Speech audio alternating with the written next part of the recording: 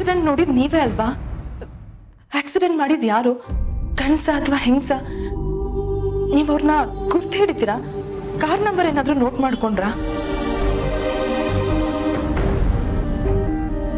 ಅಕ್ಕ, ಅದು ಆಕ್ಸಿಡೆಂಟ್ ಮಾಡಿದ್ದು. ಸಿರಿ, ಯಾಕೆ ಸಿರಿ ಇಷ್ಟೊತ್ತಿನಲ್ಲಿ ಇಲ್ಲಿಗೆ ಬಂದಿದ್ಯಾ?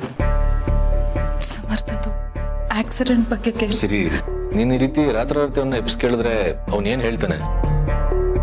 ಅವನ್ನ ಬಲವಂತ ಮಾಡಿ ಕೇಳಿದ್ರಿಂದ ಏನೂ ಪ್ರಯೋಜನ ಇಲ್ಲ.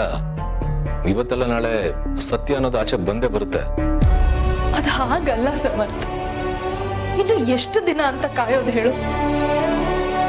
ಕಾಯೋ ತಾಳ್ಮೆ ನನಗಿದೆ, ಆದ್ರೆ ಆ ತಾಳ್ಮೆ ಕಾನೂನಿಗಿಲ್ಲ. ಇನ್ನೊಂದು ವಾರದಲ್ಲಿ ಅಪರಾಧಿ ಸಿಗದೆ ಇದ್ರೆ ನಿನಗೋ ಅಥವಾ ನಿಧಿಗೋ ಶಿಕ್ಷೆ ಆಗತ್ತೆ. ಏನೂ ತಪ್ಪು ಮಾಡ್ದೆ ನೀವ್ ಯಾಕೆ ಶಿಕ್ಷೆ ಅನ್ಭವಿಸ್ಬೇಕು ಹೇಳು? ನಮ್ಮಪ್ಪನ್ ಕೊಂದಿರೋ ಆರೋಪನ ನೀವ್ ಯಾಕೆ ಹೊತ್ಕೋಬೇಕು?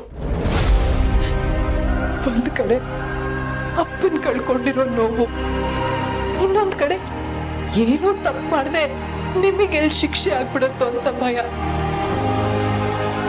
ನಿಮ್ಮನ್ನ ಎಲ್ಲ ದೂರ ಮಾಡ್ಕೊಂಡ್ಬಿಡ್ತೀನೋ ಅಂತ ಆತಂಕ ಆಗ್ತಿದೆ. ನೆನೆಸ್ಕೊಳಕ್ಕೂ ಆಗ್ತಿಲ್ಲ ಸಮರ್ಥ್. ತುಂಬಾ ಹಿಂಸೆ ಆಗ್ತಿದೆ ಸಮರ್ಥ್.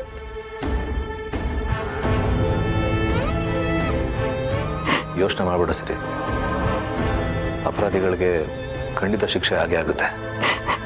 ನಾನಾಗ್ಲಿ ನಿಧಿ ಆಗ್ಲಿ ಶಿಕ್ಷೆನ ಅನ್ಭವಿಸಲ್ಲ. ನಿಜವಾಗ್ಲೂ ಅಪರಾಧ ಮಾಡಿರೋರ್ನ ಕಾನೂನು ಒಪ್ಪಿಸ್ತಾನ ಸುಮ್ಮನೆ ಬಿಡಲ್ಲ. ಧೈರ್ಯವಾಗಿರು. ನಾನು ನಿನಗೆ ಪ್ರಾಮಿಸ್ ಮಾಡ್ತಾ ಇದ್ದೀನಿ, ನಿಮ್ಮ ತಂದೆ ಸಾವಿಗೆ ನ್ಯಾಯ ಸಿಕ್ಕೇ ಸಿಗುತ್ತೆ.